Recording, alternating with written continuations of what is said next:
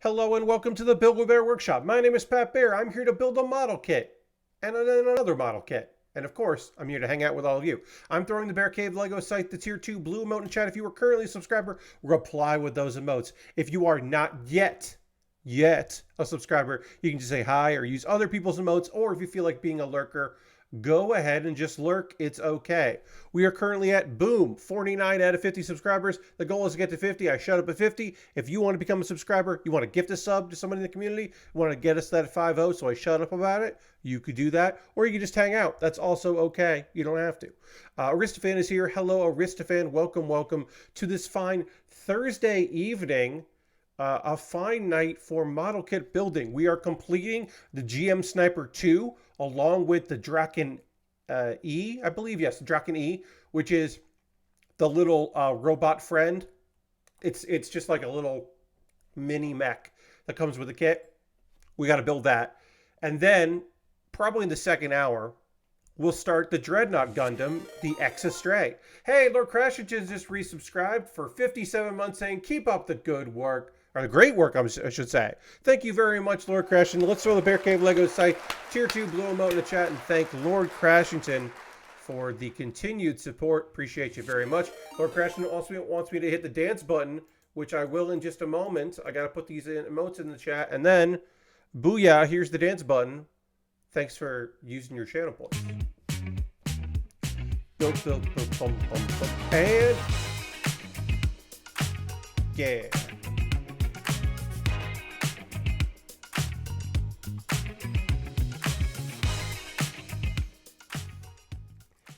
All right. Haven't used that too often, so happy to. So yeah, what's on the agenda for tonight? Well, we're going to finish the GM Sniper 2. We're going to start the Dreadnought Gundam, the Astray.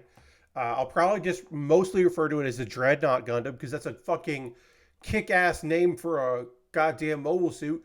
Dreadnought. This is cool. And then we're going to talk about things and or things tonight and just kind of hang out. I'm hoping more people decide to join us. Right now it is, I would describe it as a little light tonight. So I'm hoping a few more friends decide to pop in here and hang out. If they don't, it's okay. If they do, they're welcome and it would be great to have them.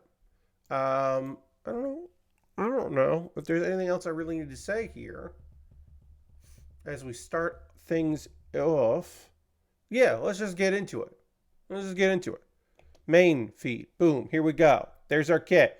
This is the GM Sniper 2. It is body complete. We need to build another gun. And then we need to build a shield. And then we need to build the... What is the name of this thing? The Draken E. Got to build a little guy. And then we got to put some stickers on. There's some stickers they wait for me to do it after the kit is built. Not during the process, which is weird, but sure. Okay. So we'll apply those.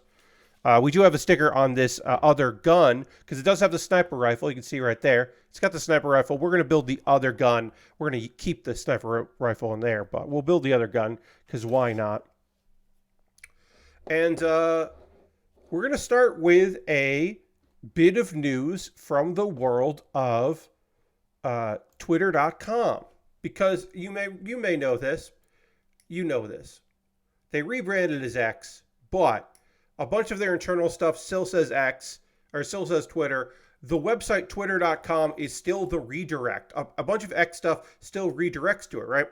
But it is supposed to be called X, right? And if you are not calling it X, you are on purpose or accidentally, because you're just so used to it, calling it by its other name, right? And I guess they're trying to change that. And one way to change that would be at least in the iOS app. Again, this is not on twitter.com or x.com. This is on the X app. If you use the X app, formerly the Twitter app, and as of this week, and you type in Twitter, it's going to come back as X. It is going to autocorrect you. Obviously, not on the iOS level. It can't do that. It can't autocorrect you as you're typing it. But it can automatically change it. And that's retroactive. They're trying to make that retroactive. Now, again, this is not posts on twitter.com. These are, or x.com. These are posts on the iOS app. If you type something and you're just like, big day at Twitter, it will come back as big day on X. Now, the thing is, that's also twitter.com. And that seems to be a huge mistake because redirecting twitter.com as a link to x.com means that where the word Twitter, like if Goku corrected Vegeta for calling him by his Saiyan name. But we're talking about the maliciousness of this, right? So here's an example, right? Here's the example. You could register the website, netfleetwitter.com. Hey, Lashbrook, welcome. So if you had Netflix without the X, twitter.com, and you typed that in and you said, check, hey, something's weird at this, or whatever kind of phishing you want to have, and you owned netflytwitter.com, on Twitter, on the iOS app, it would read as netflix.com. And how do we know that to be true and a fact? Because somebody registered that website, and you can, on the iOS app, just see netflix.com, click on it, and you go to there. And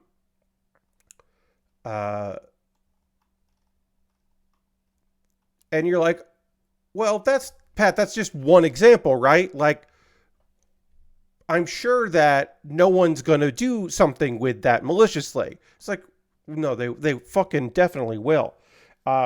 Because the idea is that, like,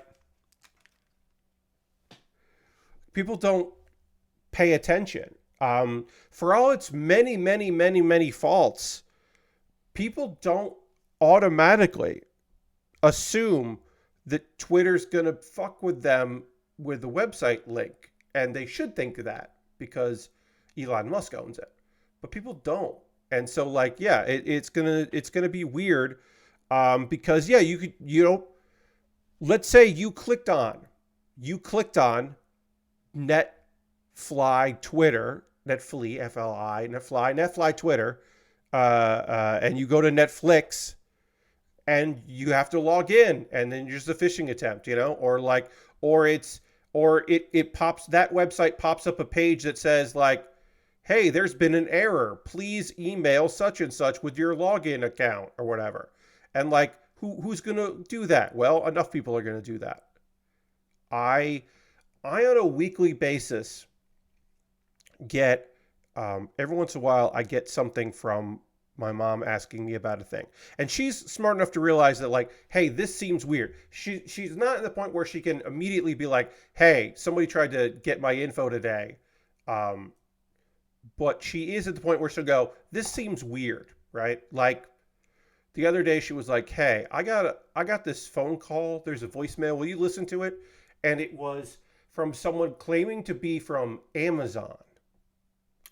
And so I just said, Mom, no one at Amazon is going to call you. Maybe if your credit card was being weird and it was Amazon purchases, your credit card company would call you. But nobody at Amazon is going to call you on the phone. So it's okay to just ignore that. It's all right. That is a phishing attempt. I'm sorry. I got a really tiny sticker here that I'm trying to apply while also talking about this. Let's see. Oh yeah. If you typed setwitter.com, it will magically appear on the iOS app as sex.com. So yeah, you just have to do that. And both SE Twitter and Netfly Twitter are both people that are like, hey, be aware of this. But yeah. Also, again, x.com, the website X, just the letter x.com, still redirects to Twitter. So I don't know. I think they're just trying to discourage people from using the name Twitter. The incredibly good market, like I'm a broken record on this, but it is just so remarkable that he bought a thing that had name value, a thing that is so fucking hard. Jack made Twitter a fucking one of those names like Band-Aid, Kleenex, Xerox, you know? Google. You Google something. It's like, that's Twitter. It's that kind of a thing. Tweeting.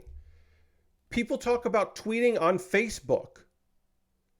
Because to them, that's what it is. It's just like, oh yeah, I put up some tweets on Facebook. And they don't even like bat an eye. Because sharing information in a couple sentences on social media is tweeting to people. And they're like, yeah, we don't want that. We don't want that. We want to name it X, a thing that has already failed once, as a replacement for other things. No, we're going to name it that. And it's not like he does it. The only thing I can really think of, besides his own ego, is that Elon Musk can't pretend like he created it, right? Because he pretends like PayPal was his. Like, he basically, in a deal, got them to say that. It was just a lie. People think SpaceX, that's Elon Musk. People think Tesla, that's Elon Musk. Like, the guy doesn't create anything. He just buys into things. But he has cultivated a world where people think that. So if you think that, then, like, you're not going to argue about it. But he can't do that with Twitter, I guess. I don't fucking know. It's embarrassing. But I think that's where we're at with it. Anyway, don't trust links if you're using the X app, I guess. Excuse me. I'm doing some small news here and some other small news before we get into me kind of ranting a little bit, probably. Future Lab, no E in future, Futur Lab, Future Lab, the makers of Power Wash Simulator, have been bought. This independent studio is now owned by the mobile publisher Miniclip, who make games that I don't know anything about. I can't tell you anything about Miniclip except they have apparently part of this acquisition was to make inroads into the console PC space. This is the first studio that they have acquired that does not make purely mobile games. And, take it with a grain of salt, of course, but according to the press release, they're just opening up new avenues and making it so it'll be more stable. There have been no layoffs, no restructuring. You may remember that Future Lab had a publishing deal with Square Enix when Square Enix was trying to dabble into doing indie publishing, which they have now stopped doing. And that's why you had some Square Enix free DLC. That was part of this initiative. Was let's bolster these companies or these studios by having some partner deals with some of our own properties, even to the point when they didn't have Tomb Raider anymore, but still made that happen. But yeah, so they are now have the security of a publisher.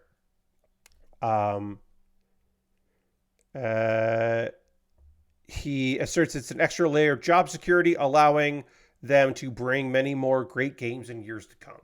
So, small studio that self-published now, or that published through Square Enix, and then once they became a self-publisher, immediately signed with a publisher that now they are a subsidiary of.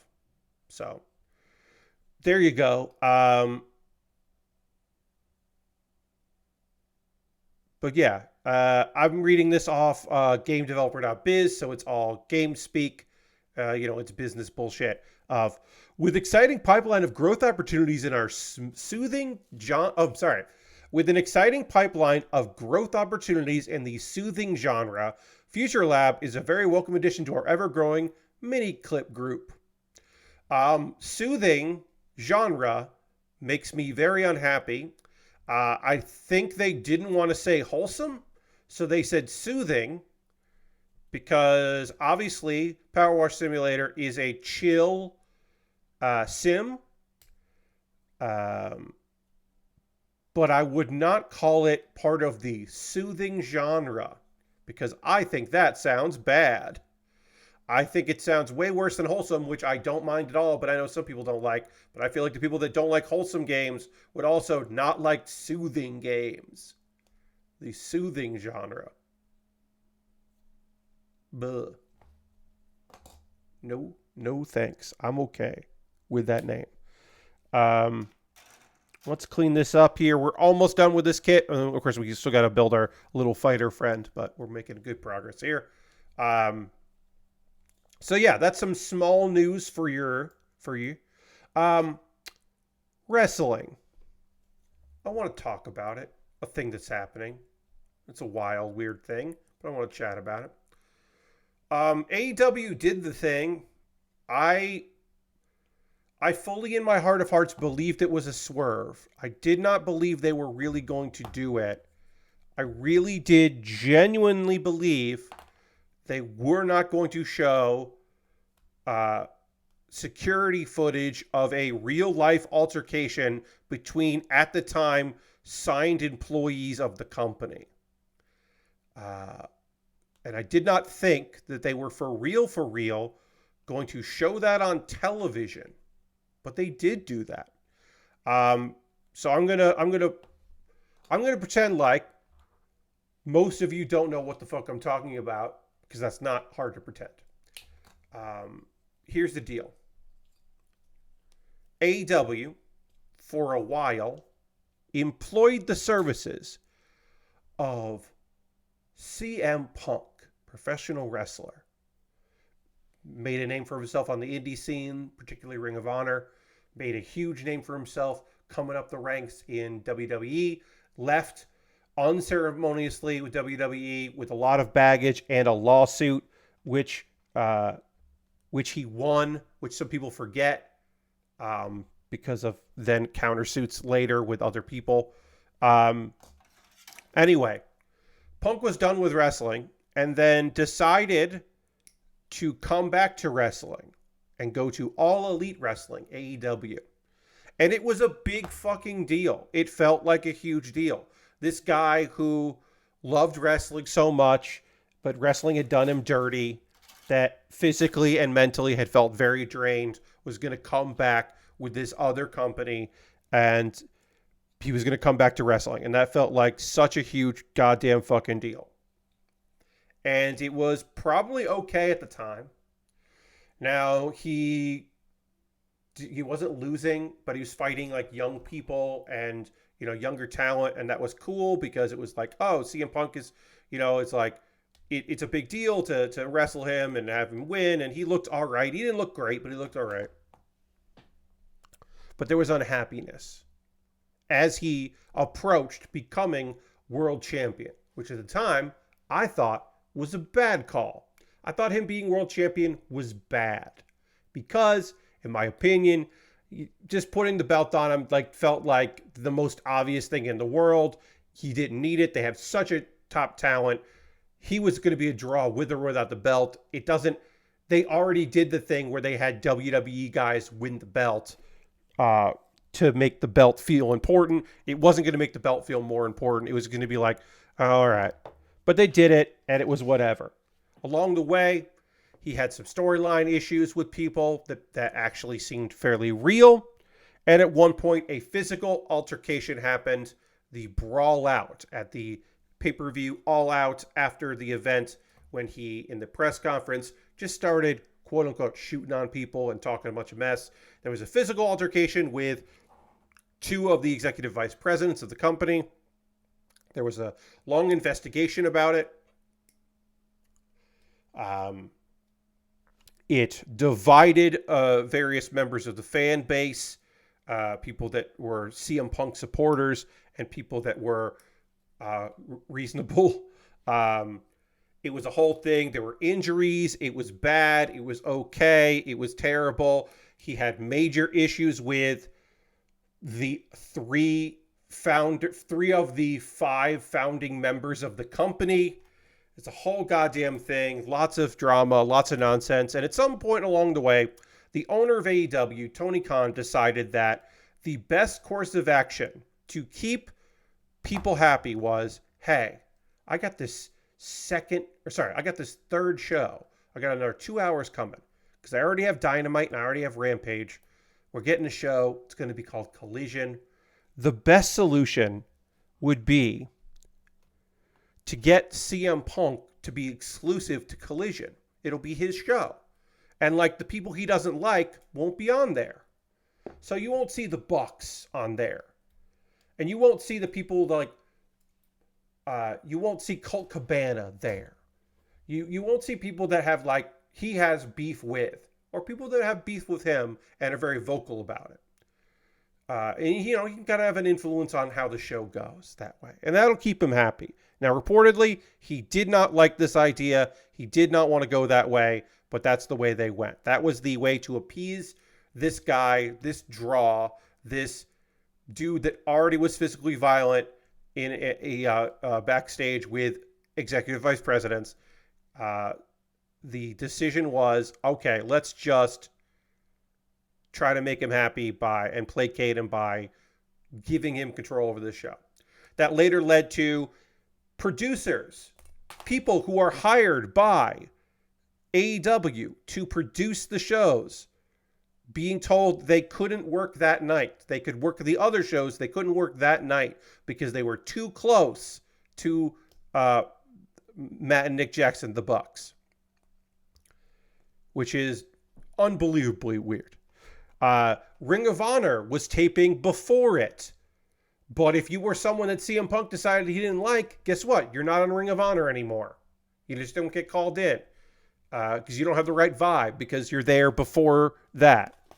It became this, in my opinion, completely unnecessary weird thing. And then accounts vary how this happened. But at some point, Jack Perry, who wrestled under the moniker Jungle Boy, who then was Jungle Boy Jack Perry as he was trying to grow up, the son of Luke Perry, a fine professional wrestler who's not particularly great on the mic, but was doing his own thing. He was going through his bad boy heel phase. And a thing that he had pitched was he wanted to do a spot where real glass, like real window glass on a car got broken. He didn't want it to be fake glass. He wanted it to be real glass because he thought that would be cooler. And people were like, It was like, this is important. He had a vision. This was a thing he wanted to do. He wanted to use real glass. At some point, somebody who knew what was going on was like, apparently made the tactical error of talking to CM Punk about it. Because CM Punk didn't want to do it. Didn't want him to do it. And started talking to him. And it became very clear that Jack Perry was not interested in CM Punk's opinion. Which, you don't have to know a lot about wrestling to understand this. Wrestling is full of old idiots who spent their youth not listening to what old idiots said and doing their own dumbass stuff because they're all idiots. And then they became older and then they have opinions because they used to be young and stupid. Now they're old and stupid. So they tell the young people, hey, you shouldn't do that. I did that. You should be better than me. You should learn from my mistakes. Which I guess is their intention. But again, everyone involved in this is dumb because it's wrestling. So no one wants to listen. So that became a heated thing. It became a whole thing. There was issues between the two of them. Flash forward to All In London, a huge pay-per-view, and Wembley, a giant event. Their first UK show, a big show, huge, ginormous, full of unbelievably cool matches and once-in-a-lifetime things and storylines coming to a conclusion and all this goddamn shit. one of the pre-show matches, the 0-hour matches, was Jungle Boy Jack Perry and Hook, who is the son of Taz. So we have a match between the son of the wrestler Taz and the son of the late great Luke Perry. Thank you for the follow. I appreciate that. They have a match. It involves a London cab, and there is a spot on the windshield of that cab, and they go through. It breaks and crumbles, and then Jack Perry hits that glass, and direct to camera says, "Real glass, cry me a river," which is, of course, a taunt at CM Punk. And CM Punk, well, he handles things, quote unquote, like a man. So, before his match on the card, he has not wrestled yet, he approaches Jack Perry, who is backstage after his match. Words are exchanged between the two of them. We don't know exactly what was said, depending on who you talk to. Either Jack said, Jack responded to, "Do you have a problem with me?" with "No," or "What do you think?" or something to that effect. CM Punk throws a punch. There is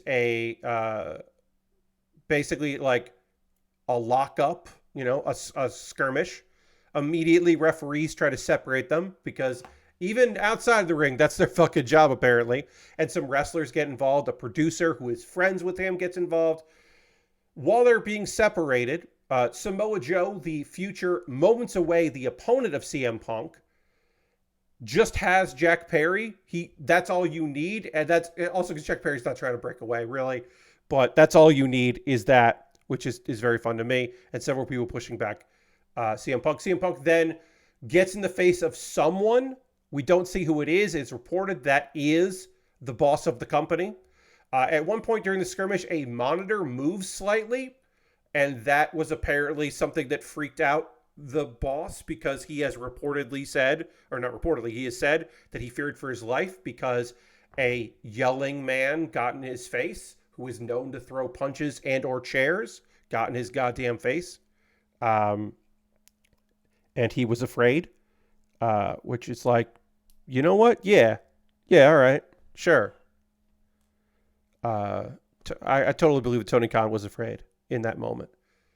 And then disciplinary actions happen after that, right? He goes and does the match, no problem. Suspensions, both of them get suspended. CM Punk for physicality after signing documents basically saying he's not going to pull this fucking shit anymore. So he has breach of contract.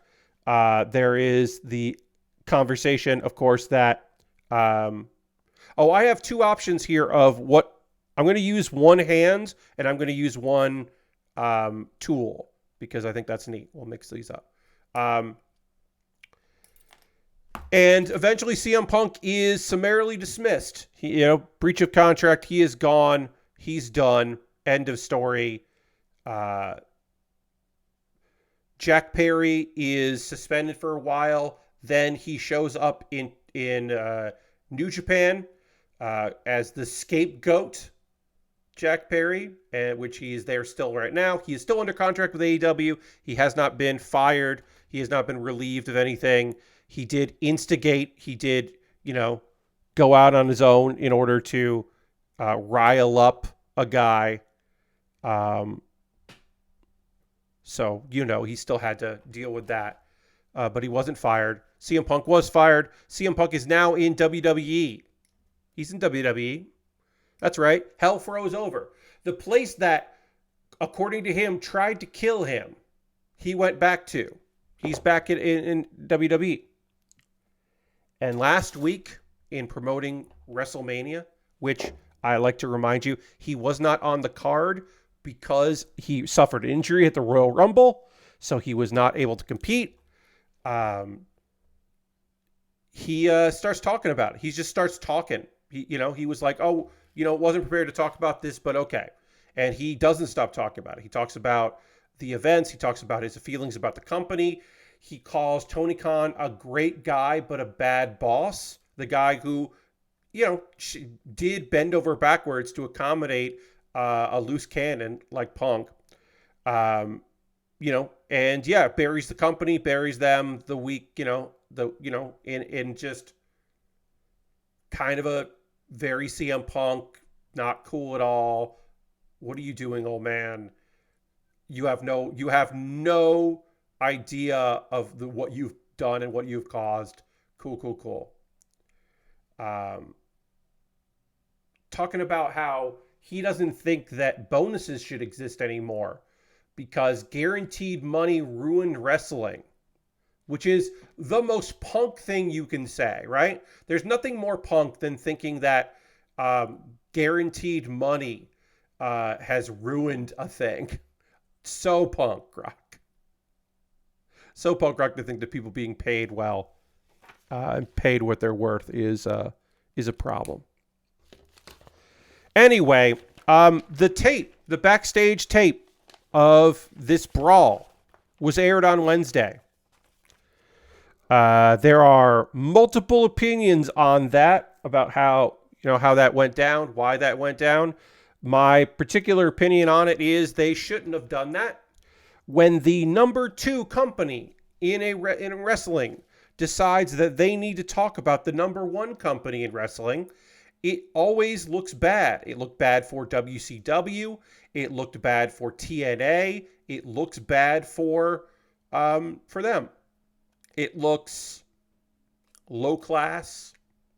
It looks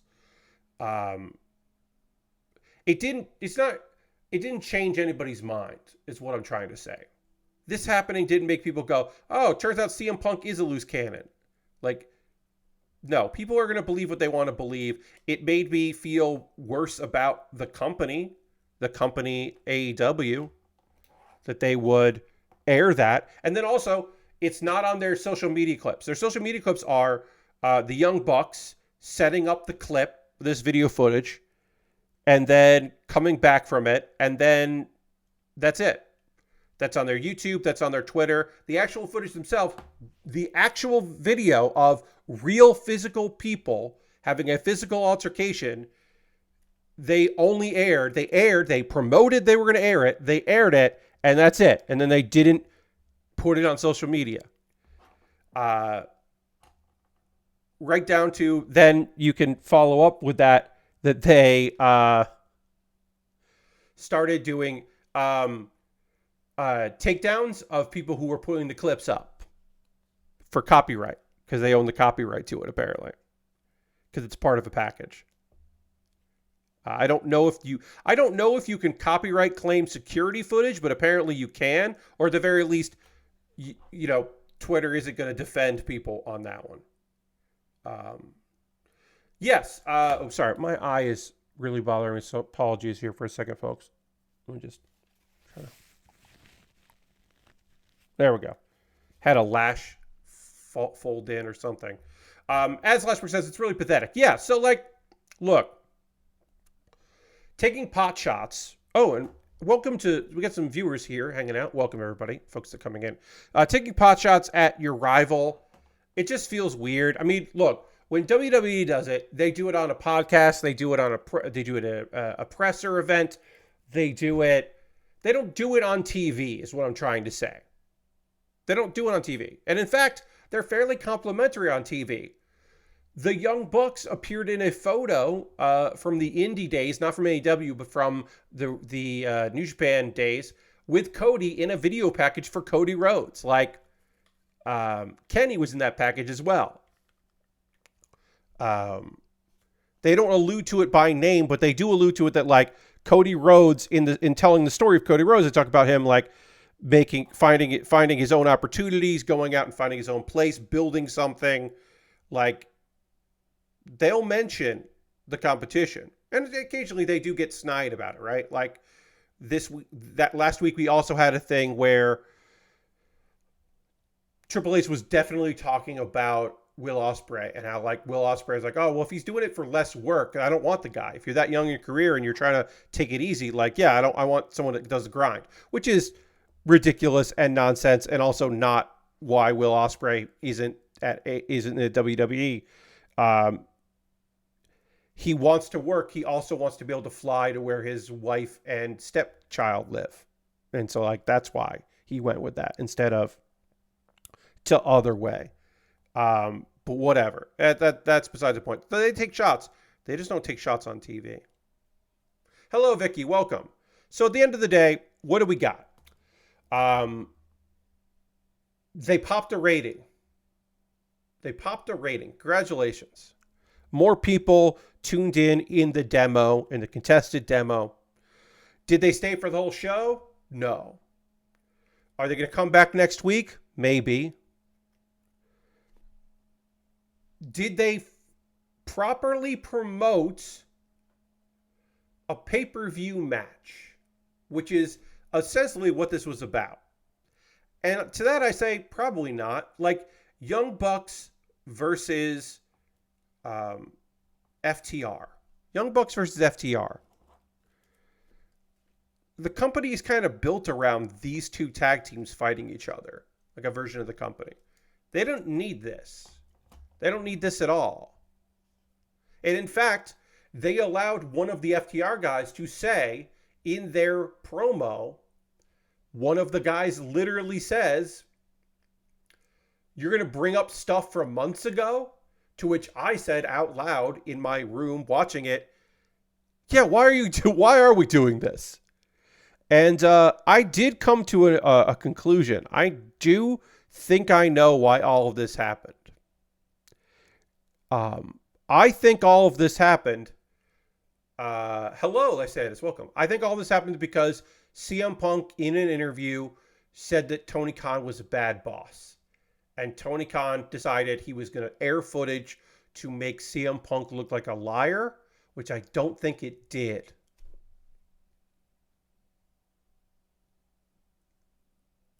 I will share, however, the way this would have worked for me, part of an angle, is if they had blurred out CM Punk. Yes, I thought for sure, I had in my heart of hearts, Lashbrook, I thought for damn sure that the footage they were going to have was going to be unrelated to Punk. It was going to be like FTR doing a skit, or them dressed as FTR goofing around. They hired people to play FTR and they were going to fuck around and make fun of them. I thought for sure that it was just like that kind of gag because, it's like, hey, we just want to have fun around here because the Bucks are playing bad EVPs. They're playing authority figures. They're playing abusive power authority figures. So the idea that they would do that seemed plausible. It didn't seem great, but it seemed plausible, and that would have been better. There is one thing about airing this footage, right? Airing this footage, this real footage of an altercation, and then I should say, I am of the opinion, which some people agree with, some people don't agree with, but I am of the opinion that even if you have contact in wrestling, if you are a professional wrestler, you should not fight your fellow employees. You should not be fighting backstage. And I don't care if it's like, oh, these are aggressive people. And, it's like, because the fighting in the ring isn't real. Wrestling is a work. It's not fake in the sense that physicality hurts, that the moves are oftentimes brutal, and the work they do on the body, the toll that they, the damage that they do is real. But a fight backstage shouldn't happen, is my opinion. It's my opinion. Fighting backstage is not a thing that should happen, and there should be consequences for that. But I will share one thing about this that I liked, and then we'll move on to talk about other things. And a new model kit, because we're almost done here. There's one thing I really liked about all this. And that is, I mentioned how there were people backstage, right? There are some producers. There are some wrestlers that had just wrestled, some wrestlers that are about to wrestle. The confrontation happens. They start tussling. Immediately, referees get involved. Some producers get involved. Samoa Joe gets involved to pull people apart. One man who just watches and doesn't do anything is Hook. Taz's son does not get involved. He doesn't touch anyone. When Punk is out of the camera range, he walks over to talk to Jack Perry. He not only does he not move from where he is standing and engage at all, he's the entire time holding the belt that he has in one hand.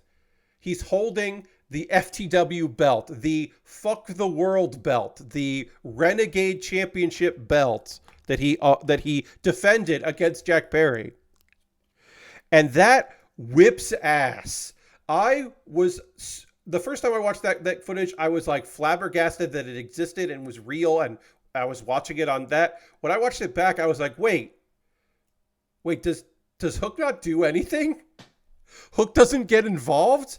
That rules. And then like later he just walks over. And it's just like, yeah, what's he going to get involved for? It's so awesome. So fucking funny. But it doesn't do anything. It just makes them seem silly. It is not the death of AEW. This is not the death note. Now, is there a possibility that this will be the finger poke of doom? The Russo era of WCW? Is this the beginning? Is this the, oh, that'll put butts in seats moment? Is that one of these? It might be. It might be a thing where people like start to like really become even more critical. People who like the company start being more critical of the company because they are clearly not a serious business. That could be the case, that we are witnessing the end of that, or the beginning of the real wave of criticism. Tony Schiavone reacts with his head in his hands after the footage is shown. Tony Schiavone worked for WCW till the end. He watched a company completely implode. And I can't imagine he was psyched about this happening. I wish more people in AEW would take the advice of Eddie Kingston, who says, he doesn't work here. I don't care about him when it comes to CM Punk. Like, he doesn't work there anymore. You don't have to care about him. It's wild. Completely wild and nonsense. And like, what are we doing here? But yeah. Those are all my goddamn thoughts on this fucking nonsense. I finished the Sniper 2 high grade. Sniper 2 high grade is built. We built the Draken E, the tiny little friend. I think I said Draken R at one point by mistake. I meant to say Draken E. Sorry, let me just check one thing here. Trying to see if I can figure that out. Oh, I can't figure that. Okay. I'll deal with that later. Sorry, I got a notification about a thing that I will deal with once the stream's over. Well, we finished this kit. I'm going to take a photo of it. I'll put some stickers on here. Oh, no, I got all the stickers on here. Yeah, I got all the stickers I want to put on here. So let's take a photo of our completed kit and our little friend here. Take a photo. Got a gun there. I'm going to take a quick photo of this, and then we'll move on to our next kit. Let's see. So yeah, I mean, mostly I'm just like, that's just, yeah, kind of sucks. Not thrilled. In layoff news, we unfortunately have to constantly talk about layoffs in the world of game development. And so we will be talking about very briefly. You know what? I'm not going to put that. I'm just going to put it on there. Yeah, I think that'll be good. We are going to very briefly talk about EA has gotten rid of their Apex Legends UK QA team. They had a QA team dedicated to Apex Legends. And now, of course, these were contract workers, but generally their contracts were all overlapping, but they decided to end them, some of whom were like weeks away. And these are separate from the layoffs they did in March. And apparently they were said like, hey, your contracts are not going to be renewed. So this is different from layoffs, right? in Word. It's different from layoffs specifically because of how the UK handles that. So these are not layoffs. This is just informing an entire department of 50 people that their contracts will not be renewed. And apparently their managers and leads who are going to be probably reassigned were not told by EA. They were told by the employees. So that's fucking terrible. But apparently this team has been a part of the Apex community since Season 16.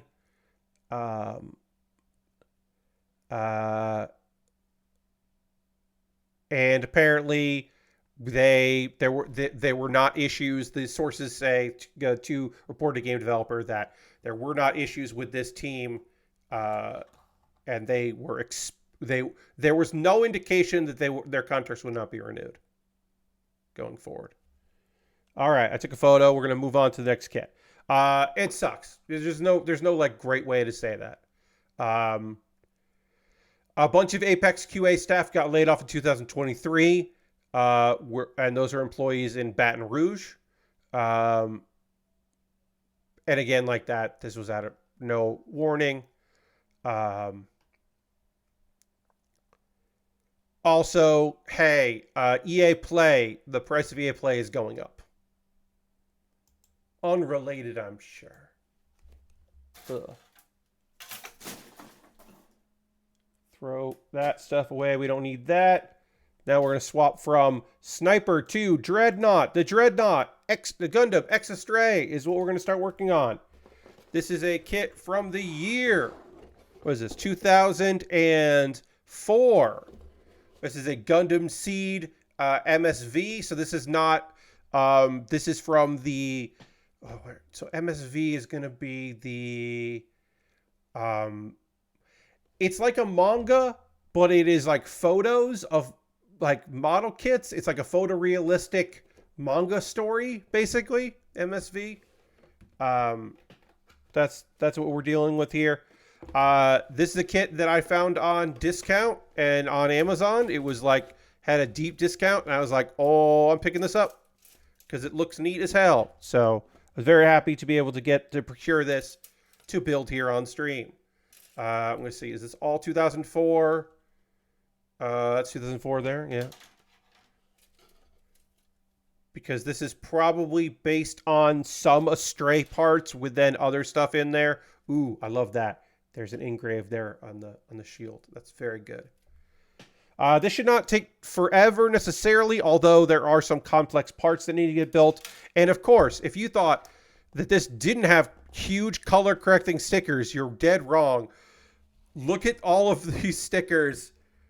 There's the eye stickers. There's the that's not the gun sticker. That's going to be the forehead camera sticker, and then enormous white stickers, and then a couple like little other stickers here for the shoulder and probably the shield. A couple bonus stickers there to apply. Our polycaps are, what year are these polycaps? You going to tell me? 1999 polycaps. That sounds about right. So it's that era of kits. There's going to be some Japanese here that I'll have to look at later. But yeah, this kit has like a huge ass backpack. It's got a wild, cool looking fucking backpack that like comes apart. And a big old shield that looks rad. It's got funnels on the backpack. It's cool as hell. And a big rocket booster on the backpack, too. Whoop, what happened? My camera went away. Hey, wait. Anybody else notice that? When did that happen? When did my camera go away? Backpack of Life Preserver. Yeah. Wait, why did my camera disappear? What happened? What happened there? Oh, you know what? Instead of deleting the sniper photo, I somehow deleted myself. Mr. Invisible is Lord crashing. Yeah, I went to delete I went to delete this photo, and instead I deleted me. I don't know how that happened, but that's what happened. So we need that, and then this needs to go away. I just deleted myself apparently. Backpacker Life Preserver, a little bit less, a little both last part. But yeah, that was weird. Sorry about that, everybody. I brought myself back. But yeah, I just deleted myself at some point, and then nobody fucking said anything. Yeah, I'm gonna have to put. Though some of these stickers will go on later. They probably won't be build as you go. So I'll just wait till the end. We'll quickly look at this. Let's see. What do we got here?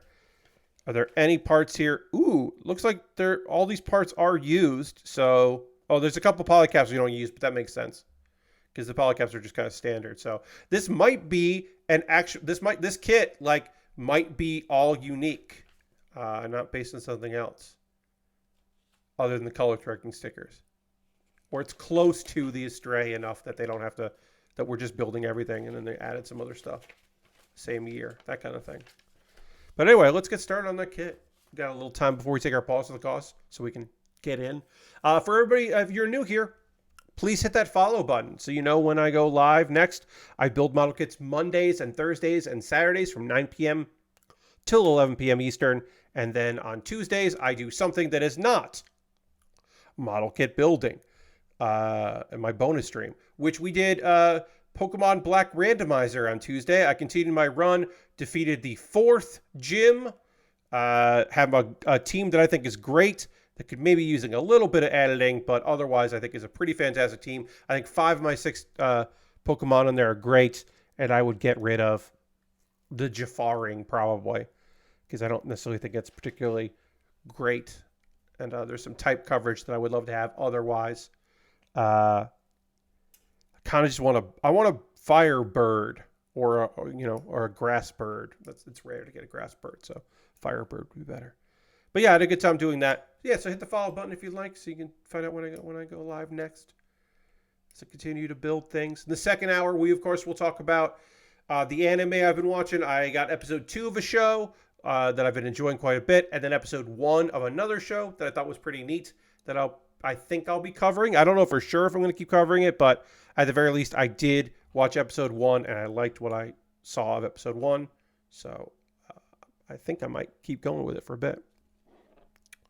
There we go. A little bit of color there. Let's see. What do I want to say?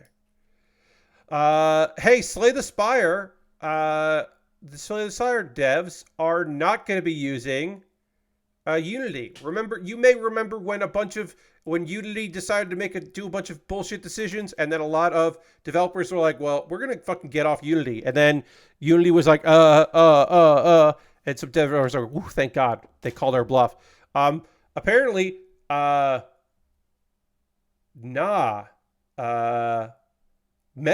was like, no, we weren't bluffing. We're not going back. Megacrit will be using Godot for the sequel to Slay the Spire. So Slay the Spire 2 will not be running on Unity. They have made the decision, and I think that's rad. Good for them. Not every company can do that because the resources of switching your engines, especially mid-development and all of that, a lot of people were like, well, we probably can't stick with them in hopes that Unity would cave, which, of course, they did do it somewhat, and then we'll probably walk some of that back over the course of the years. But, yeah. Yeah, Slay the Spire did well for them. They apparently are sticking with it. They're going to use Godot. I think that rules. Good on them.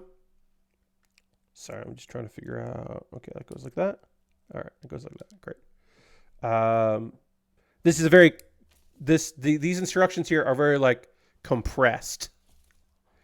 There's a lot going on in this, so forgive me as I maybe struggle a little bit.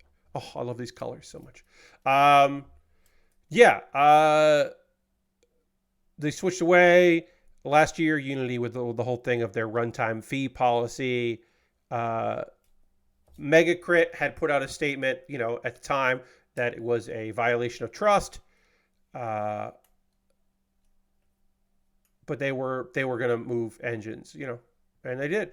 Godot is an open source engine, and they're an alternative.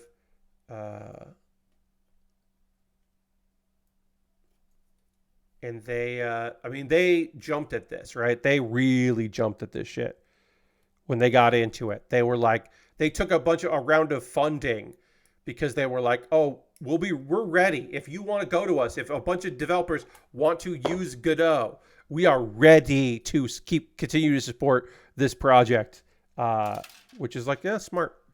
And then of course they changed some stuff and pulled back. But yeah, Megacrit apparently is sticking to their guns, and that's cool. Good on them.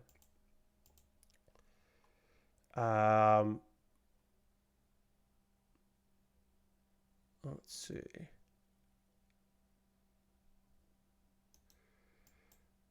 We got some lawsuits, everybody. There's a lawsuit out there. We'll talk about that real quick. Koei Tecmo is this is pretty fucking rad, everybody. It finally fucking happens.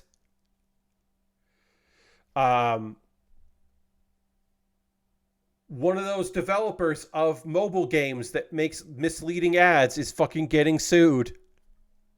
Now, this is not we're showing you game footage that is not like our game. It is that, but it's not the like, oh, here's an animated cartoon of a puzzle game, and our game isn't a puzzle game. No, Youzoo, Youzoo, it was a Singaporean developer. They just use in-game music and assets from various Koei games to promote their own games. So it's not even that like they're misleading in the way that they are like, oh yeah, here's footage of our games, and it's just stuff from Nobunaga's Ambition and Taito Risinin series for its mobile games. And apparently they have been sent cease and desists, and they have not responded, and that has led to apparently legal action taking part. And apparently this has been happening for a long time. And apparently part of it is that some of the footage they show includes Koei Tecmo's name, which is, attempting to paint the idea that this is an association or partnered or whatever. And they're like, come on. You can't just do this. It undermines the efforts of all parties who were involved in the development of our games. Apparently, they're best known for phone titles like League of Angels.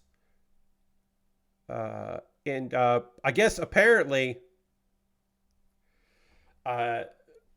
this, they've been sending the cease and desist, but apparently this legal action is in part coming in because they have been starting to publish games in Japan that are fantasy games that are very similar to Koei Tecmo games. So now it's going in there.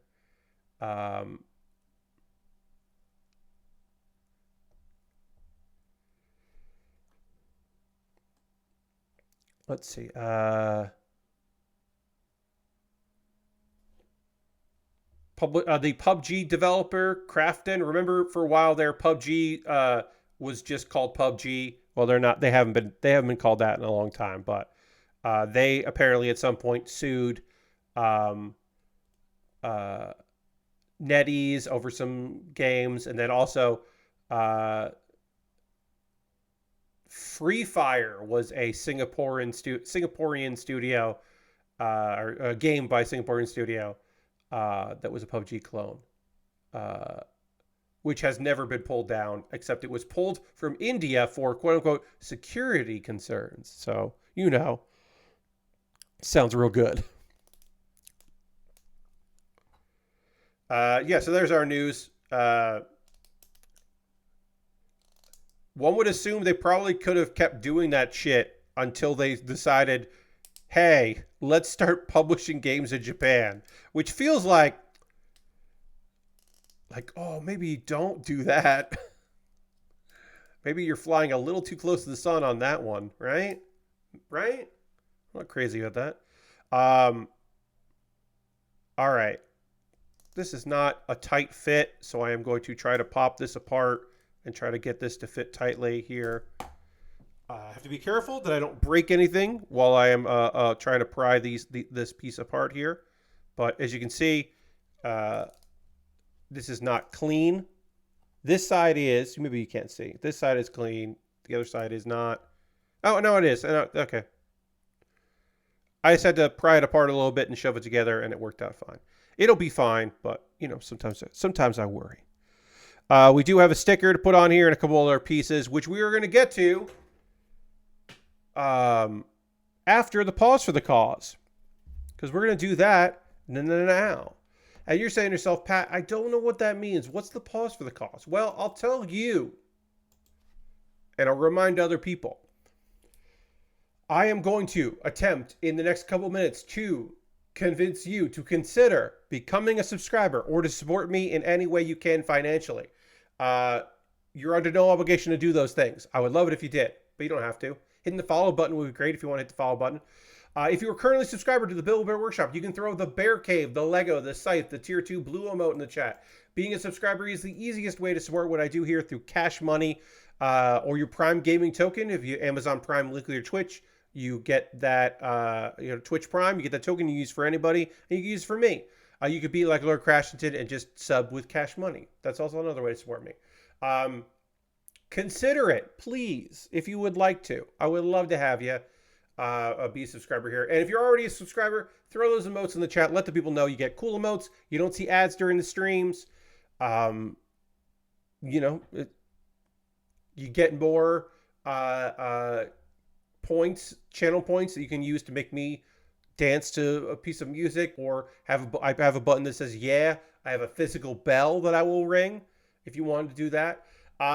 You could also gift a sub. As you may have noticed, we're currently at 49 out of 50. We have a goal of 50 subscribers. I'd love to get to 50. If you wanted to become a subscriber, you could get me to 50, and that'd be great. If you want to gift a sub to somebody in the community, you could join the gift sub leaderboard. There's nobody up there. You know, we're what? Yeah, 11 days in the month, no gift subs. It's okay. I would like that. It'd be nice to hit 50. You could also donate some cheer. You can join the cheer leaderboard. All these things are optional, of course, and I'm going to spend the next couple minutes talking about them, and then we'll get back to model kit building, and we're going to talk about anime. But first, I need to tell you that I also have a Patreon. I know that's shocking, but I have a Patreon. At patreon.com/PatBear. There are different rewards for different tiers. There's a $1, $3, $5, and $10 tier. Take a look at that. See if there's something there that speaks to you. Maybe you want to join Patreon instead of being here on Twitch.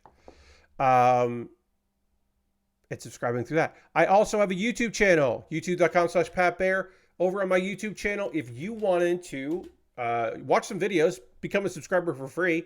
But if you wanted to support me there, if that's the ecosystem you like to spend money on, you like to become a member of people's channels, for $2 a month over there, you get my Wednesday videos on a Tuesday. It's a little bit of a leg up. You get you get a video. It just shows up there. Let's see. Those are ways to support me financially that are monthly. There's also a one-time donation to my Ko-Fi or my PayPal. Because maybe you just want to, maybe you're looking for a tip jar. Maybe you just want to help me out there. Everything I make through direct donations, through AdSense on YouTube. So watching my videos helps me. Through YouTube and Patreon and Twitch, all goes into a fund, and I buy model kits with that fund. The kit that we are currently working on right now, the Dreadnought, we just started it. It's just a fun little friend right now, and we're going to build it out. This kit, I was able to purchase because of previous subscribers, their generosity. So I purchased this, and I'm happy to build it. And I've got other things. I got a backlog full of kits that I would love to build. I got more coming.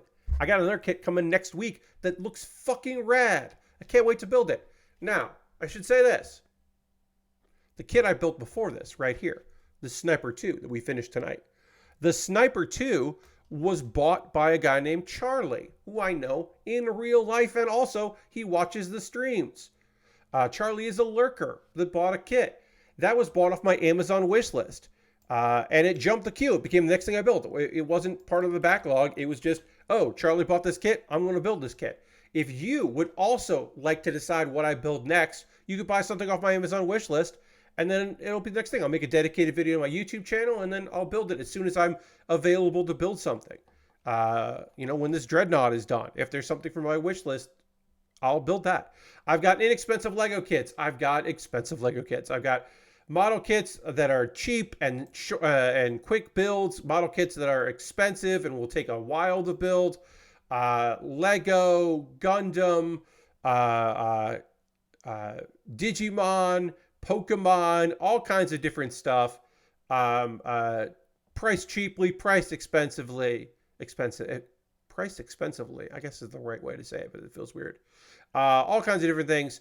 Consider it. See if there's something on there you'd like to see me build. There's also some gear that you could buy if that appeals to you better. If you want to give me something like that. So yeah, see if there's something there that you'd love to see me put together on stream, because I would love to do it. And I have an alternative to Amazon, because sometimes people want the alternative. No one has ever bought me anything from Throne, but it is nice to have an alternative from Amazon for wishlist. And then if you want to support me financially, you want to spend some money to support me, which is awesome and ridiculous. And it's wild that it's ever happened before, but it has happened. I have over 100 mailbag videos so over 100 times people have bought stuff for me to build. Well over. It's ridiculous. USA Gundam Store is the most convoluted way to support me financially. You got to go to USA Gundam Store. You got to buy a gift card.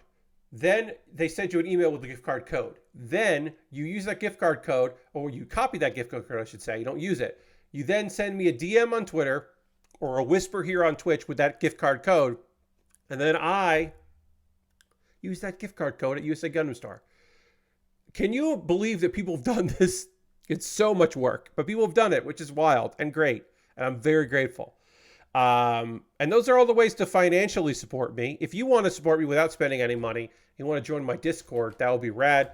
I promote stuff I'm doing. People promote stuff they're doing. It's a nice little community. I post build photos. Sometimes people post stuff they're working on. Often, people who are active in the chat just post a couple things they think would be neat for me to see. And it's a nice little place. You're welcome to hang out there. Pat Bear's Anime Club. I will have a new episode of Pat Bear's Anime Club up on Monday. The current one is me talking about the previous anime season, and the current one we're in. It was my wrap-up of winter and my preview of spring. We are now a couple weeks into it. There's a few episode 2s. There's still some episode 1s. It's still early in the season. So check that video out if you're looking for some recommendations. Kuma Baer. Kuma Baer is my weekly anime recommendation. If you're looking for even more recommendations. This week's Kuma Baer is me talking about Villainous Level 99. That is a show from the winter season. Is one of my favorite shows from the winter. I'm spending all of April talking about my favorite shows from January, February, March. Villainous Level 99 is an isekai. It is a otome game isekai. A girl wakes up, realizes, hey, I'm the villainess from the video game that I played. Well, I'm not going to be a villainess. And in fact, I'm going to make sure that the Demon Lord gets defeated. Because I don't want to live in a world with a Demon Lord. And she makes friends, and she's very strong, and she deals with the fate of the game, like the game plot trying to happen no matter what, the way it wants to happen. There's a dragon that is unfortunately animated poorly, but is still a cool dragon.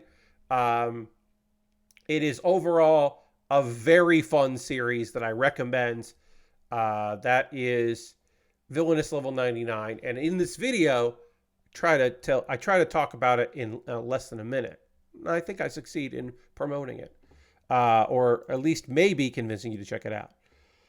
Okay, so the anime talk continues because I'm about to talk about 2 shows that I've been watching. But I do need to drink a little water before that. And then I'm going to throw a sticker on this kit. We're going to get the chest done here. And then we'll move on to working on the head, which does not seem to be super complicated, but will involve some stickers. Only 2 stickers, which is nice. But we'll get into that in just a second. But before that, I need to dramatically transition to the overhead camera and drink a little water. I'm going to do that right now.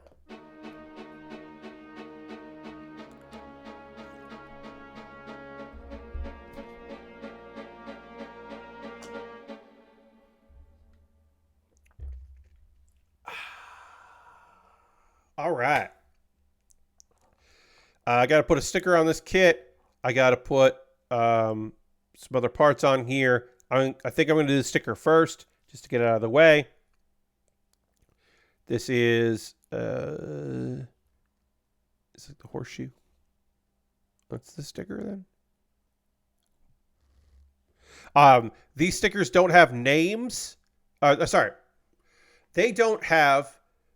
They have symbols as opposed to numbers that I can easily identify. So I do have to do like, okay, so that's this symbol there. Okay. So I got to put this, unfortunately, I got to put a big white sticker on there. You can kind of see it in the photo there, the big sticker there, or the white piece there. I wish this was a piece of plastic and not this big ass sticker that has to kind of bend and curve, but you know, it is what it is.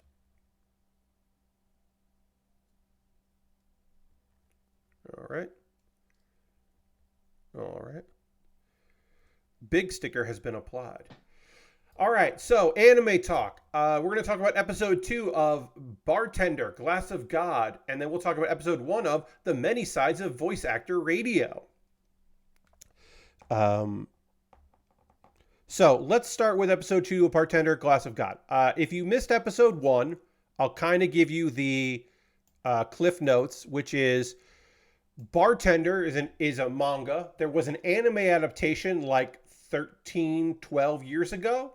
This is a new version. It is not a continuation. It is not an original story. It is a new adaptation of that manga. I did not watch the original, but I've heard good things. And then I saw the trailer for this and said, oh shit, they spent a lot of money to make that, and a lot of time, money, and effort to make that alcohol look cool and make bartending look cool. I'll check this out, because I also did hear word of mouth that episode 1 seemed pretty cool. So I was like, I'll check it out. I liked episode 1. Now watching episode 2. Episode 1, there are 2 people. I was going by their last names. I am now going to go by their first names because their last names were very similar. Miwa and Hikari they're part of a hotel, a very huge fancy hotel that is opening up a new bar on the top of the hotel, and the manager was like, you've got to find a bartender. And so they've been like, and the bartender has to pour the glass of God. And we later learned that the bartender, or the owner, doesn't know what that means. He'll know it when he tastes it. But they're looking for the ultimate bartender. And they thought they found it. This guy named Ryu. Was working at works at this bar that is only open when he's available. This like fancy bar. Thank you for the follow, Lumpy Bread. Appreciate that. I'm looking for the name of it. I can't remember it. Oh, Eden Hall. So he works at Eden Hall, and he only works there when he wants to. So they think this is the guy. They think that this is going to be the guy that will work. They visit Eden Hall to find it closed because, as I said, it's only open when he's not working other places by request. And so they're looking around. They eventually find him at a different bar. And in this bar, an old man asked Ryu to serve however he pleases. Serve me however you'd like. But he doesn't like anything that Ryu makes. Doesn't enjoy all of it. He says all of it's bad. And he can't get his approval. So they ask, he asks another customer, like, hey, what's the story? Sorry, let me figure this out here. Hold on 1 second. This piece goes on there. And then this piece should pop in somehow. Oh, it goes like that. Okay. Did it go like that? There it is. Snap together. There it goes. All right. Our chest is done. I can now panel line this chest, and then we can move on to the head. Yeah, he doesn't like any of the drinks. Apparently this guy, this bar in particular, the owner they were very friendly. That, he was a longtime customer, and he celebrates a guy's anniversary by going back to this bar, and he can't find a drink that he likes because none of them. He's searching for a particular kind of drink that he doesn't know the name of it. He doesn't know what it was. He just knows that the late owner of that bar made it, and he really liked it.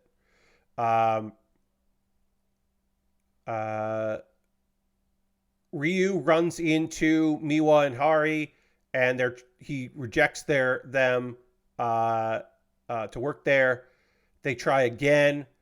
He finds the old man and serves him a very old style drink.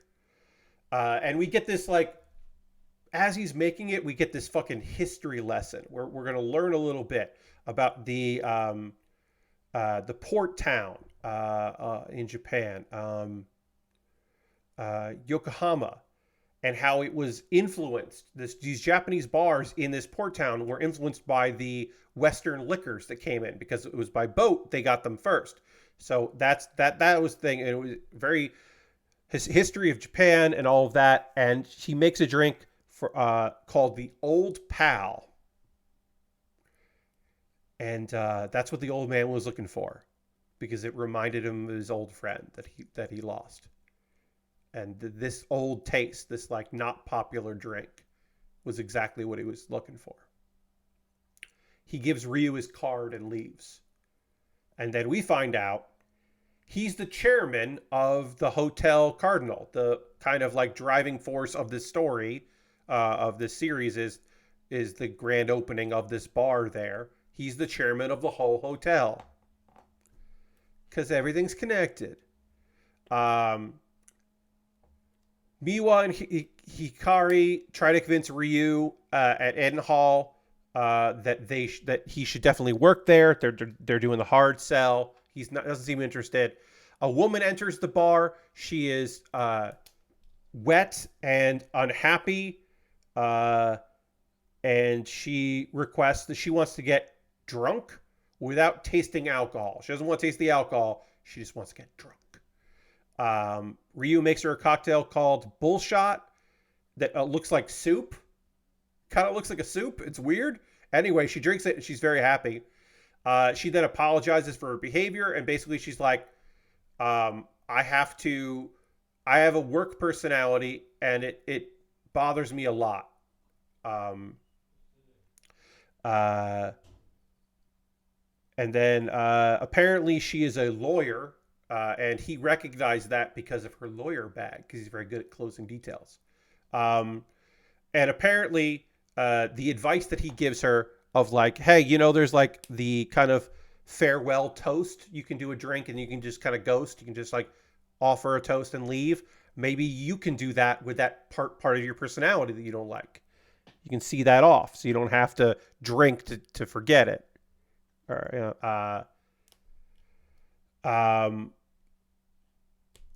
we find out why he is not. Ryu has claimed he is not going to work for them. He's not interested in working for them. We find out the reason is that he says he is afraid of heights, and it is on the 50th floor, so he does not want to work there. But after some digging, they realize that he used to work at a hotel in Paris that was even taller than this hotel. But maybe there's something traumatic. We don't know. Was he lying, or is there some kind of reason that he's not working there anymore and he's working here? We don't know. So this show lovingly renders drinking. It is and the job of a bartender. It is really great. I don't think. Look, I'll tell you this, friends. I don't care about booze. I don't drink. I never have. I don't care about that. But I do like shows about pros. I like these kind of slice of lives about a guy who's really good at a thing and the adventures he gets in being good at a thing. The trope of the all-knowing, helpful bartender is, I think, a trope that exists for a good reason. I think this show is fantastic. I've really enjoyed it so far. 2 episodes in, it's one of my favorites this season. That's called Bartender, Glass of God. And you want to make sure you're watching Glass of God. Otherwise, you're watching the original, which I don't know if it's good or not because I haven't watched that. I've only watched this one, but this is the new one. Now, new episode of The Many Sides of Voice Actor Radio. I have to give some background information on this because this show doesn't do it, and I need you to know a little bit about this. So, you are possibly, probably, maybe aware that voice actors in Japan are a whole fucking thing. It is not just, oh, I voice act. I play these characters in these animes. I play this role in this video game. It is not just that. Voice actors are akin to idols. The talent, especially women. There are people who just are behind the scenes, but there are people that have personas. The voice actor of Faye Valentine made music albums, not just as the character. She was also in she was in a million things, but she also did original songs. You know how there are variety shows in Japan and they have those guests. Some of those guests are voice actors. They in many ways are similar to the idol scene, and they are expected to be on camera and sell it in the same way that movie actors show up for like they do a bunch of interviews for their things they're promoting. They hit the red carpet, they go to events and all that. Voice actors are expected to do that work. And there's a whole world out there where to get more work as a voice actor, not only do you have to be good at your job, you also have to do all the other shit. So one of the things you can do, and they have done, is radio. So this show does not explain what the fuck that means. It might in another episode, but I will tell you, just so you have some frame of reference of what the fuck's going on here, what these radio are. These radio things are skits. It's not like AM, FM radio. It is character-based stuff. It is akin to storytelling, sketches. We watched a show that was some VTubers that were on a deserted island. I watched that show, I should say, and talked about it for a little bit. They just did old sketches of a comedy duo from the 2000s, which was a weird example of this. But yeah, so there's somebody, maybe they write themselves, other people write them for them. They are voice actors doing sketches. The show that I talked about, the Monza groups, that was the Monza trios. They all lived together and they competed. That show was based on characters developed for a radio show by 3 voice actresses who were paired up, and did a radio show as a Monza group. That was their joke. That was their gimmick, was, oh, here's these voice actors pretending to be Monza people. And then a show got built, Tengen, got built around that idea, with and every girl that was in it was also a voice actress out there doing stuff that then played characters loosely based on who they are. So that's where we're starting here. We're starting here with an episode already in progress and concluding of these 2 girls on a radio show. Most of this show is a flashback about these girls. So we're going to we've introduced to these 2 girls, then we're going to jump back. And we're going to focus on one of the girls, Sato. She is watching an interview of herself and reacting to live comments. She is a voice actress. She has her idol side that she has perfected. Basically, she has created a persona, not her true real persona, but a persona for the stage, for interviews and such, which is like the girl next door, sweet girl who's just trying her best and is innocent. In reality, she's a Giru. She is a kind of tough girl with a heart of gold that is popular. People like her. She's got a lot of friends. But she decided that wasn't going to work as a persona, so she's created a persona. She got 2 halves. She doesn't love that.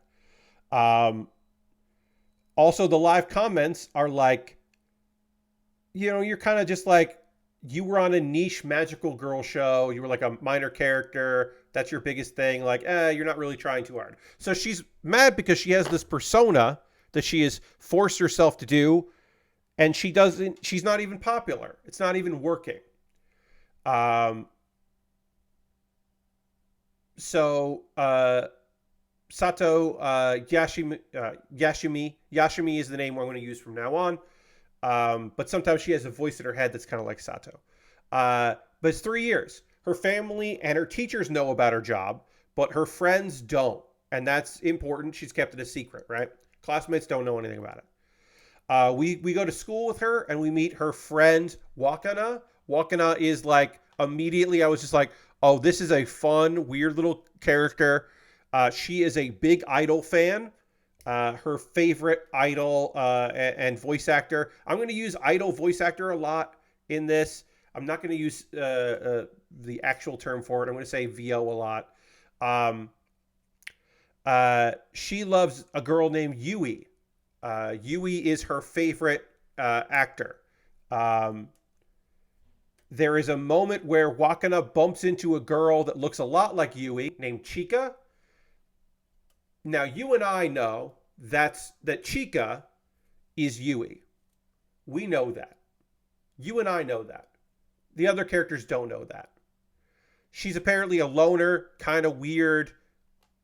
It almost feels weird that we're even acknowledging that she exists. But there is a reason, of course, that we're acknowledging that she exists. And that is because she's the other main character of it.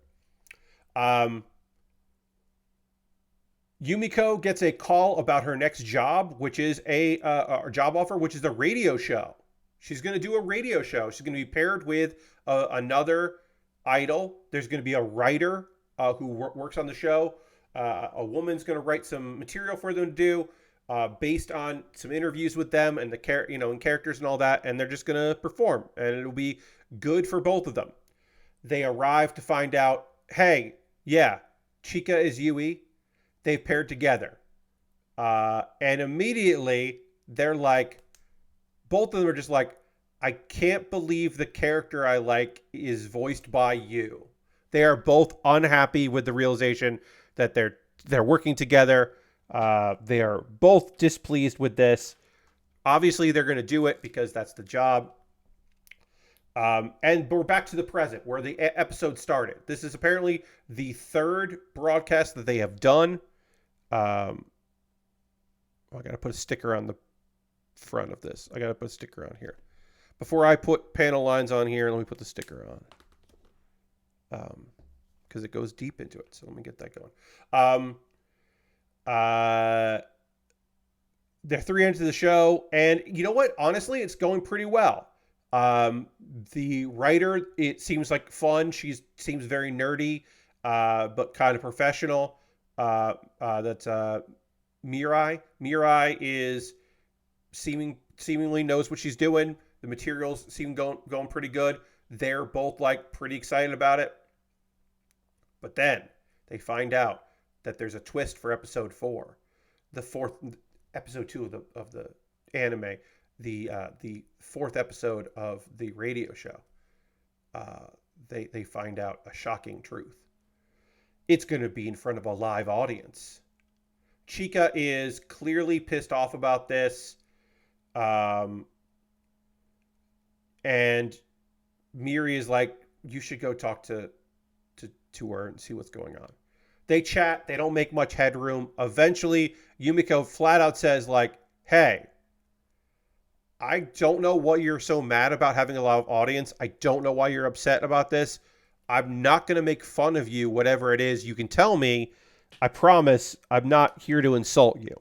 And that allows Chika to open up and be like, I don't like the character I portray. It's not the real me. And I don't even think that, and I think it makes the acting and singing I do worse because I'm trying to filter it through this persona. And it's like a real moment. And then, of course, we know that Sato, Yumiko, feels the same fucking way. They're not that different. And that's the end of episode 1. And I'm going to watch episode 2, friends. I don't know if this is going to be one that I keep watching. But it is a show that I'm like definitely interested in. It's got that vibe where I'm like, I don't think these girls are going to fall in love. But I do think that there are going to be moments where they would love the audience to think they're going to fall in love. I think this is a show that is going to have some subtext in it. And they're not going to go all the way there. But yeah, I was very interested in this first episode. I think this is a cool looking series. I'm excited to watch episode 2. I'm glad that I have the context because, again, this show does nothing to really... Like, this show does not explain what's going on with this and why voice actors are on a radio show and what that radio show is. Like, they don't do anything. And, again, they might do that, and they were just trying to get the characters laid out. But they might just assume that the audience knows because the audience is Japanese and then other countries if they wanted to get it. The show. I don't know. I thought it was neat. I would say if any of that sounded interesting, maybe that's a show you want to check out. This is a weird season so far where there's no show right now that I'm like, hey, this is the fucking one. Y'all, you got to watch this. Like, none of the shows. If I'm looking at what I'm watching weekly, yeah, no, I don't. Maybe Tonari no Yokai-san because it was so fucking weird and cool, and I think it's fucking whips ass. Maybe I can say Tonari no Yokai-san is like an easy recommendation. But then again, it did get sad at the end, and I don't know how sad it's going to get. This could be a show that's devastating. I don't know. Grandpa and Grandma turn young again. I don't think I need it. Like, I think that's just going to get weirder and trashier, but still fun. I didn't watch Unnamed Memory. I think that episode came out today. Maybe it came out yesterday. I bounced right off of it. I do like that manga. I will probably watch it at some point, but I don't think I'm going to cover it here. There's still a few shows that I want to check out. I have not watched episode 2. I'll say this. I have not watched episode 2 of season 3 of Laid Back Camp. And that should tell you everything you need to know. One of my favorite series of all time, Laid Back Camp. The first episode of season 3 is so fucking bad that I haven't watched episode 2 yet because I wasn't ready to be bummed out today. I was like, I don't want to watch it. I'm gonna watch it, but I was like, I don't want to feel bad today about it because I know I'm gonna. Like there's such a high chance. Again, the acting I think is great as always. The visual of the characters is done by because it's a different studio. The visuals are different, but I think the characters still look fine. It really just fucking comes down to the fact that holy shit, the backgrounds are garbage. The backgrounds are real reference photos with a shitty filter on them. With an animation just stuck on, like animated cells, like stuck on top of it. It looks so cheap and so shitty, and it's such a fucking bummer because I love Laid Back Camp. I look at it this way. I got 2 great seasons. I got a movie that was really charming, and there's Room Camp, the side series, which is very cute. And yeah. And then on the other side of it, only one episode that I've seen. I think there's only one episode out.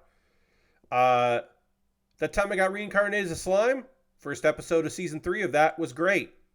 It makes me wonder if I should do a video on season 3s, like, you know, something like that, maybe. I don't know. I'm going to write that down. Season 3s. Like a juxtaposition. Like, I'm going to have to do this later in the season because I'm going to have to watch more of them because maybe they're going to dump a bunch more money into Laid Back Camp season 3. They're going to make it good. They're going to do real backgrounds. They're not going to cheap out. They're rushing to put some shit that doesn't look like garbage in there. And after episode 3, it'll suddenly look better.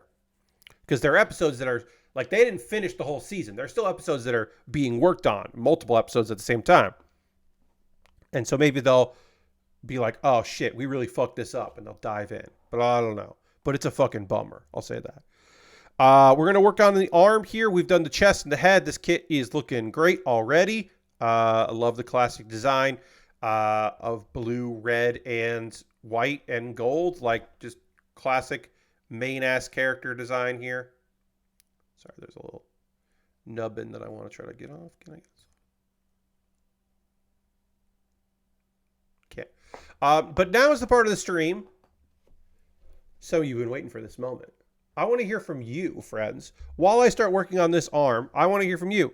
What are you watching right now? What are you playing? What are you into? What's got you going? Have you watched any TV? Watched any streaming shows?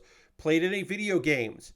I've been playing Hearthstone and Helldivers. Those are the two big games. My multiplayer crew is so into Helldivers. I am almost okay at it. I'm like getting okay at it now, mainly because of all of them and their continued support, which I value so much. I'm having a ball with Helldivers.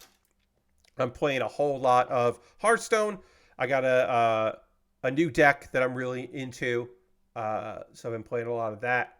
And yeah, that's just a fun game that I have a good time with. So still playing that. I watched 5 episodes of the Fallout series. I did not expect to watch between yesterday and today. I did not expect to watch 5 episodes of that, but I did. And I can tell you, I fucking like it a lot. There are a lot of episode 2. There is like you might want to skip ahead a little bit. There's a kind of violence against animal moment. It's quick, but it's a little tough. But I think the vibes are good. It feels like Fallout, the Fallout series, which is the Amazon Prime series. It feels like the people that made this like Fallout.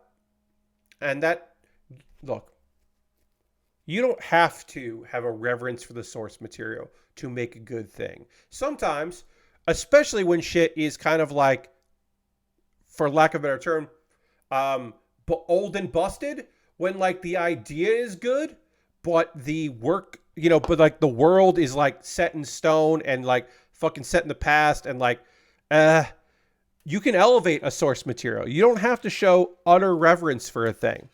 But when you are adapting something that is beloved, it helps if you like it.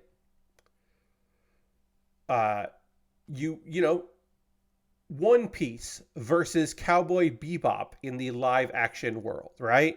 Where Cowboy Bebop, like literally, they shot some things frame for frame, like recreations, and they were like, ours is going to look so much better. And it's like, no, it didn't.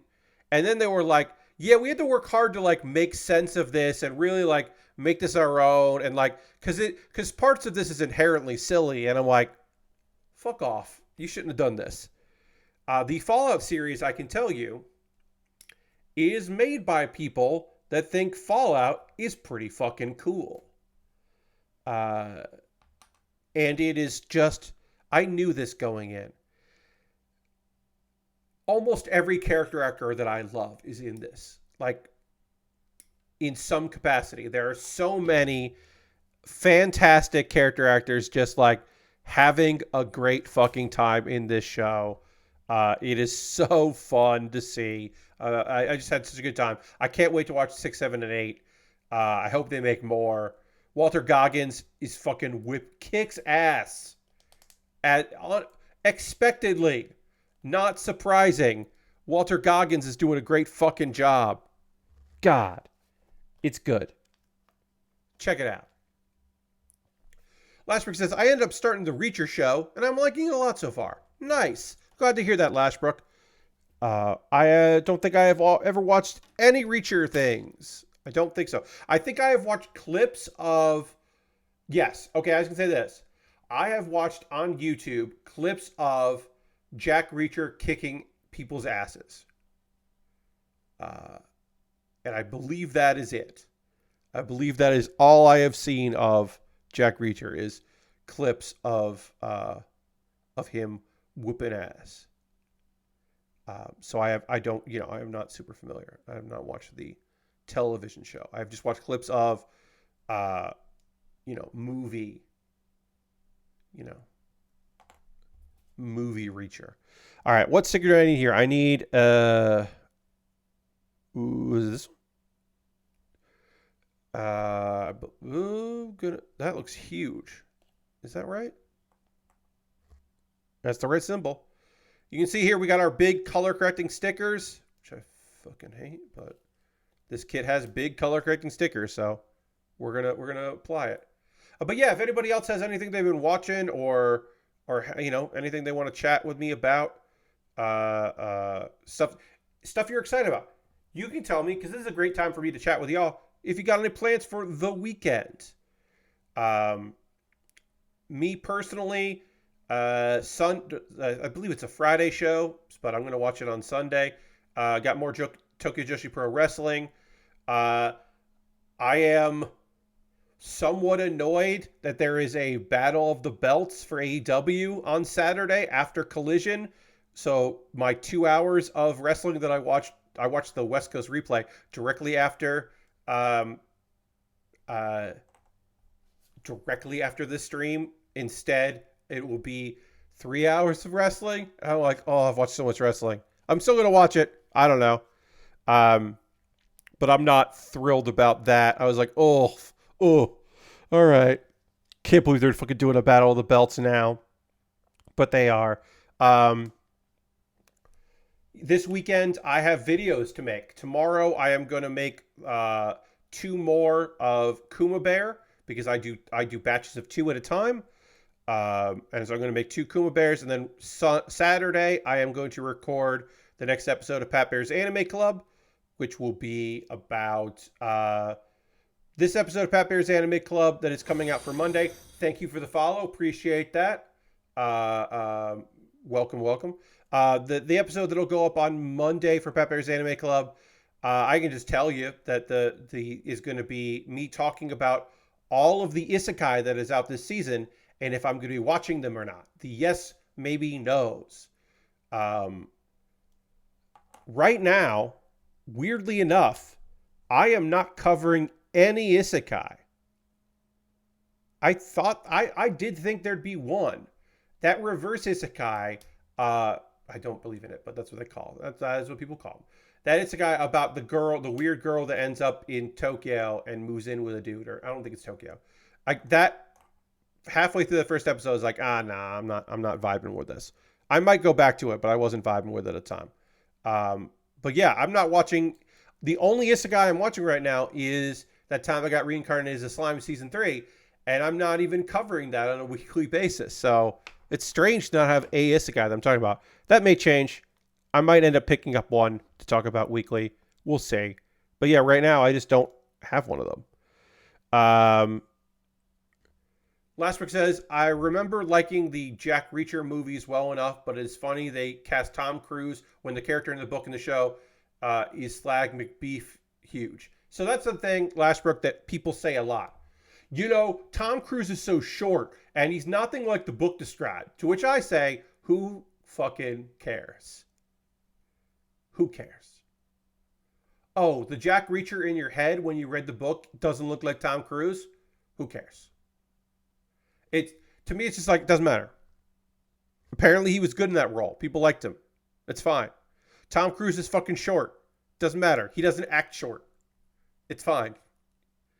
That has never meant anything to me. When people were like, but in the book, it's like, well, then I'll read the fucking book. I didn't read the book. I don't care. I didn't watch the movies. It's fine. Whatever. It's okay. Hermione doesn't. The actress who played Hermione doesn't look like she's in the book, and nobody gave a shit about that. Nobody cared that Hermione doesn't look like that. Because they were like, oh, that girl seems good. That's fine. Whatever. But yeah, I have never... I mean, look, Hey, my opinion could change over time. I am fallible. I am an ever-changing. This version of Pat Baer is not the same guy who started streaming years ago. I'm not that guy. I'm a different version of that guy. Maybe someday I'll be like, a product will come along and I'll be like so fucking upset that it's not what I had in my head or what I know from the game or whatever. Or it'll be like, a remix of a thing and I'll be like, they ruined it. They don't get it at all. But right now, just like, whatever. I'm cool. It's fine. Tom Cruise is a fucking movie star. He's a capital M movie, capital S star. And so I am sure that he was a fine Jack Reacher. Yeah. Oh, this kit's coming along together pretty good. Pretty excited to work on it more. It's always fun to work on a new kit. This one just looks rad as hell, so I'm excited about that. Like I said, part of my weekend is wrestling, watching wrestling. Part of my weekend is finding another anime to talk about because I need more to chat with you about. I usually like to have 2 to 3 shows that I chat about, so I got to figure that out to cover. And mostly just hanging out, seeing what's up. I'm on solo cooking for myself tomorrow. I am going to make fried rice. I have talked about this on stream that I have figured out my method of fried rice, which does involve making rice the day of. What I should do is right after the stream, I should make my rice so it is been in the fridge overnight. Aristovan asked, I have a wrestling question. Why was Muhammad Ali inducted in the Hall of Fame? It felt weird, but I rarely watched WWE. Well, Aristophan, Muhammad Ali was part of the first WrestleMania. He was the guest timekeeper in WrestleMania 1. He was there for what changed wrestling into what it would become now. He was an integral part of that first show, and this was the 40th anniversary. It was the 39th anniversary, but it was WrestleMania 40. Also, Muhammad Ali.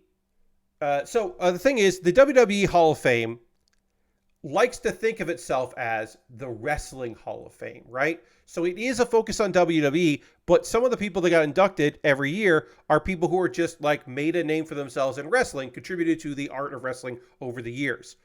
Muhammad Ali also had a boxing/wrestling match in Japan and in Korea through Japanese companies to promote peace. And so the thriller in Manila. So it is so he has a history with that. But the tie-in with WWE was that he was part of WrestleMania. He was the integral, important part of having him there. And then originally he was going to be the referee, but then that got changed, and he was an enforcer at one point, which was nice. But yeah, he was just there doing his thing, helping to make it an important event, to help make history. All right. I'm going to do the hand later. For whatever reason, this is weird. They don't have me build the hand on here. I'm going to build this hand later. I'm going to panel line this on my own before the next stream. Anyway, I think I'm going to make my rice tonight, and then I will have it ready to go tomorrow to make my fried rice. Just a list of people, and then suddenly Muhammad Ali, and then back to someone on stage. Yes, I understand. It's a weird. It can that was probably fairly jarring for you. I understand. But yeah, that's gonna do it for tonight's stream. Thank you everybody for hanging out. We are gonna raid. That is how we end every stream around here. We're gonna go find someone doing cool shit out there that we want to go spend some time with. I hope you will join me in this raid as we go and see what's up. Um, we always end with a raid. So let's figure out who is doing stuff. It's a Thursday. Let's see who's doing some things and things. Jared's probably almost done. Puppet Jared. We have not raided Matt Wiggins in a while. We're going to go raid Matt Wiggins, who is playing Final Fantasy VII Rebirth.